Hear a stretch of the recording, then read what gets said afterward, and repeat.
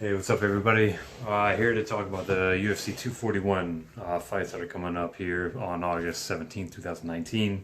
I've got a great card so far. Could be the fight card of the year, so don't sleep on these fights.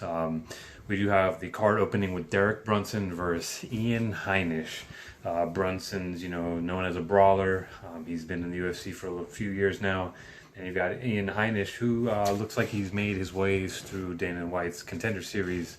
A little bit of a question mark with Ian Heinisch. I want to say Brunson's going to go ahead and brawl. That's what he does. And I want to say that's going to give him the advantage. But Brunson's chin has been tested, and as of late, it hasn't held up that well. So I will say that based on his style, I'm going to give the edge to Ian Heinisch on this one. Following bout that we have after that is Gabriel Benitez versus Sodiq Yusuff. Two semi-unknown fighters, unless you've seen some of their fights earlier on in the UFC.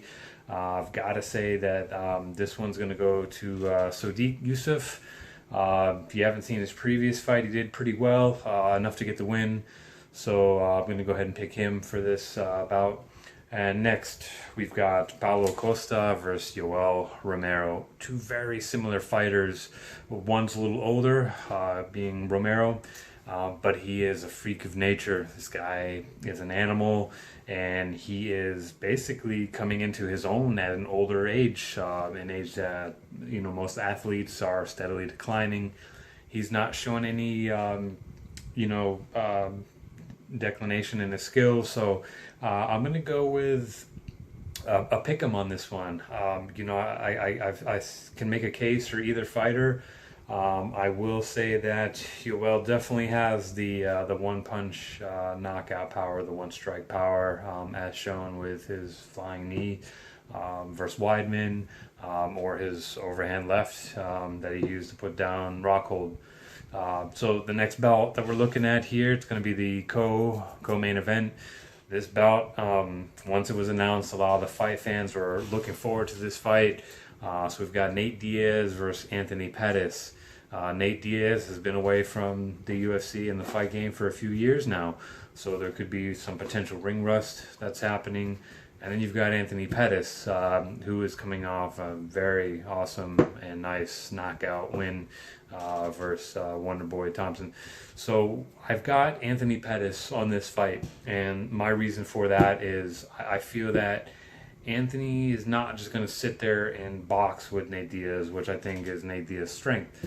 Nate Diaz has a great ground game, so I don't think Pettis is going to want to wrestle with him or try to take him down. With that being said, I think Anthony's going to use his arsenal of strikes and set up some nice combos. I do have Anthony Pettis winning this one. I'd like to say by TKO, but honestly, I think this one's going to go to a decision. In a sense, both of these fighters can cancel each other out, but I feel that Pettis will put together a good game plan and take home the W.